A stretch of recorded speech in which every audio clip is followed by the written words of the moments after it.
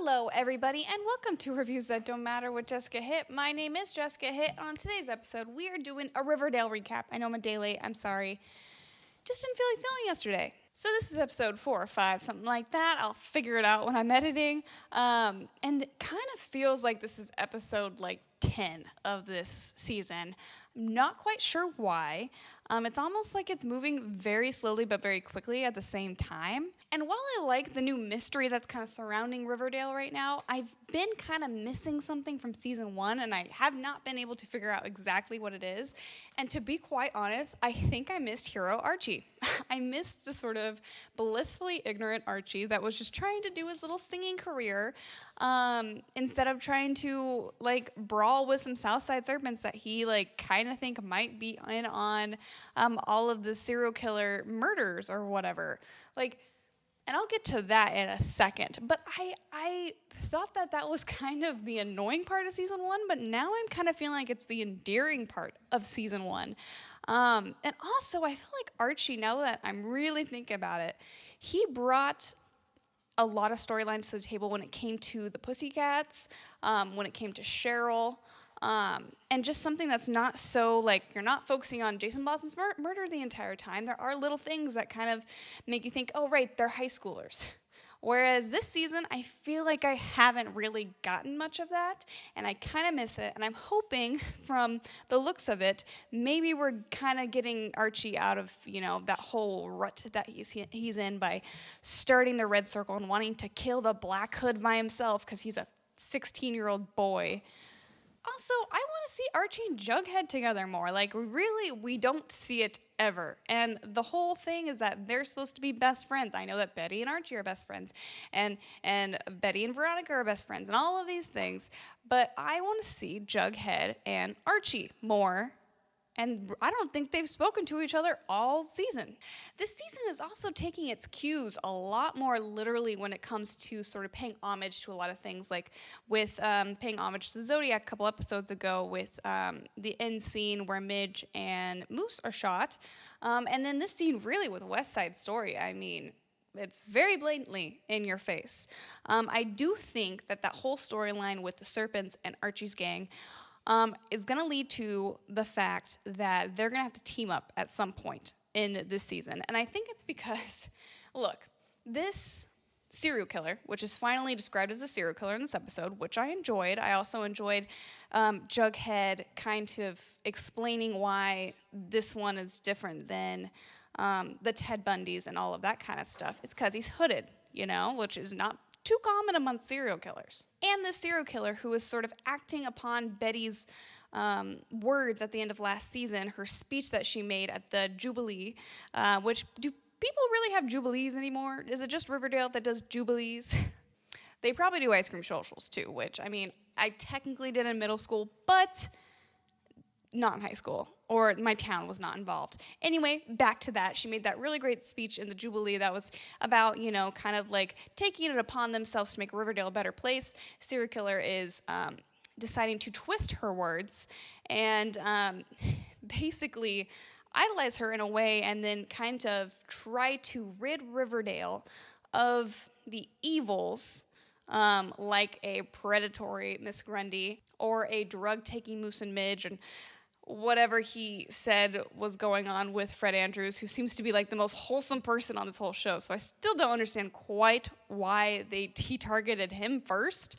At least make that a little bit clearer. He did hire the Southside Serpents for his job, and he was kind of going behind Hiram Lodge's back and dating Hermione Lodge. But to be fair, he was in jail, and they weren't sure he was coming back. Anyway, back to my point is that at some point, he's going to target a serpent who's in a gang, who sells drugs, and does all of this bad stuff, quite honestly. So at some point, everyone's going to realize that this guy has no ties to the north side versus the south side.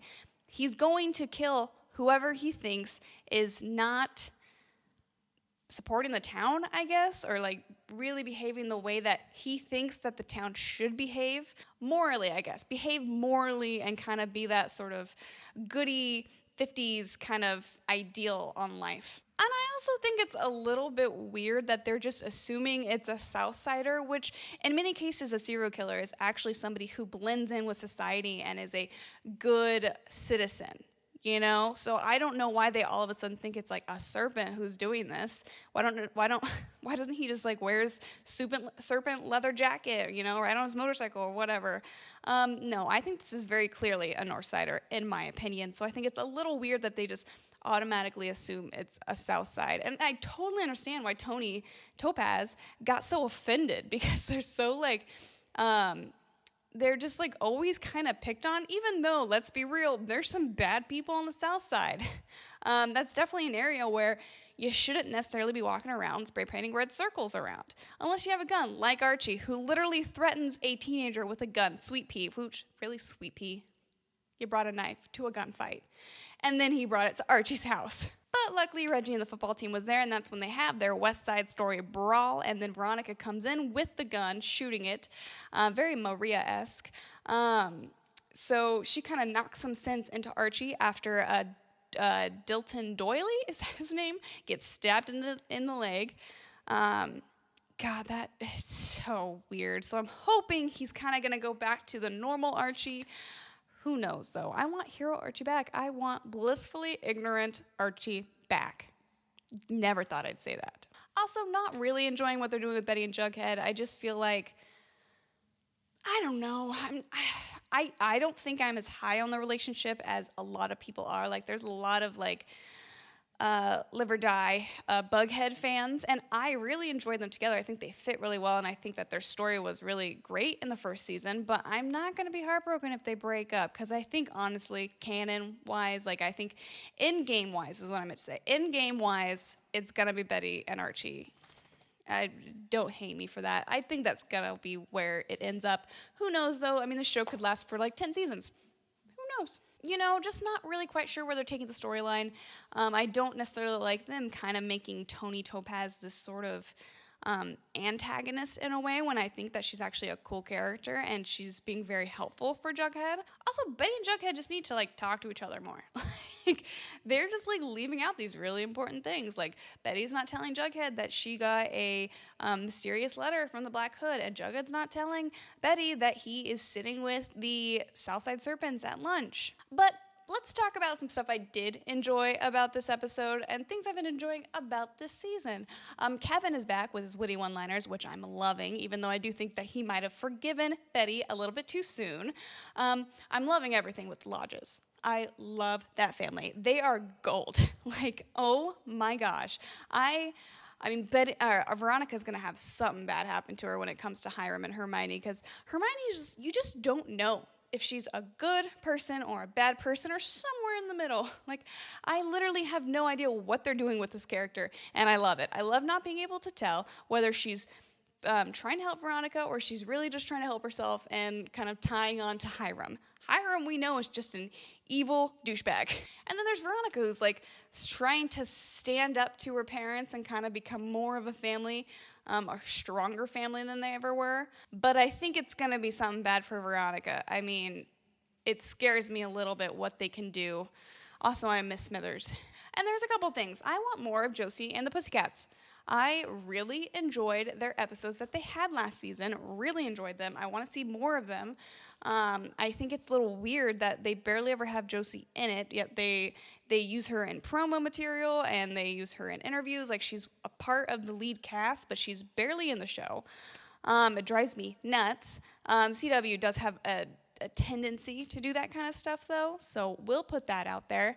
Also, not enough Cheryl in this season. I have no clue what they're doing with her character, and I want to see kind of where we're heading. So overall, I enjoyed the episode for what it was. I'm not crazy high on it. I really need to start picking up, which I think it will. Betty is starting to get anonymous calls from the Black Hood, which I think is going to be fun. But I really do need this season to kind of really step it up and kind of get back to the feeling of the first season. I don't think this is a miss at all at all. I mean, really, we're barely into the season. I think we're 5 episodes in.